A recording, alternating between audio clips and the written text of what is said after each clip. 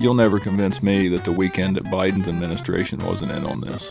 Too many changes were made. It was too widespread and obvious for them not to have been in on this, or at least somebody high up to have known about it and been allowing it to happen.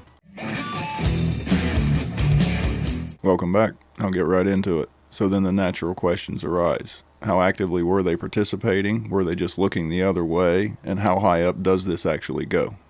Because early in 2024, there were changes made to the CCDF that made enrollment easier and payments easier for the processors. And I love how they always lead with something that's actually supposed to help you. It's going to lower costs for families. But what the major change actually did was allow daycares to be able to bill for enrollment instead of actual attendance.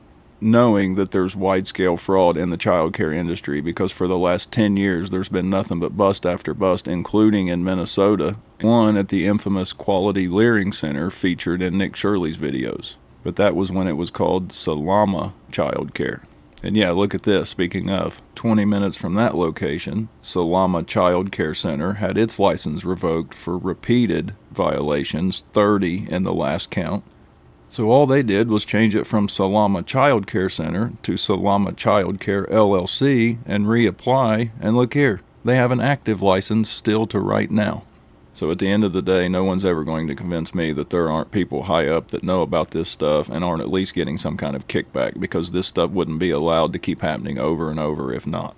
And I'm so glad that federal investigations are starting up there, because otherwise it would have just been a revolving door of the courthouse of guilty verdicts and a judge throwing it out like it's been up there for the last 5 years or so.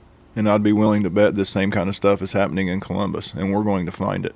Man, it honestly does feel like there's fraud everywhere you look. I'm still chasing down the one of the guy that's living in the pond that's linked to the foreign minister for Somalia, and it's great having others digging into this stuff too, because there's so much that needs to be brought to light that we need the help.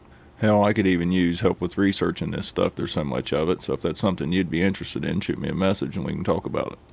And I have 2 trips planned so far, one to a daycare and one to the Medicaid business that seems to get 160% of our grants every year. I want to find out how the hell they manage that. So stay tuned for those. And in the meantime, keep it icy.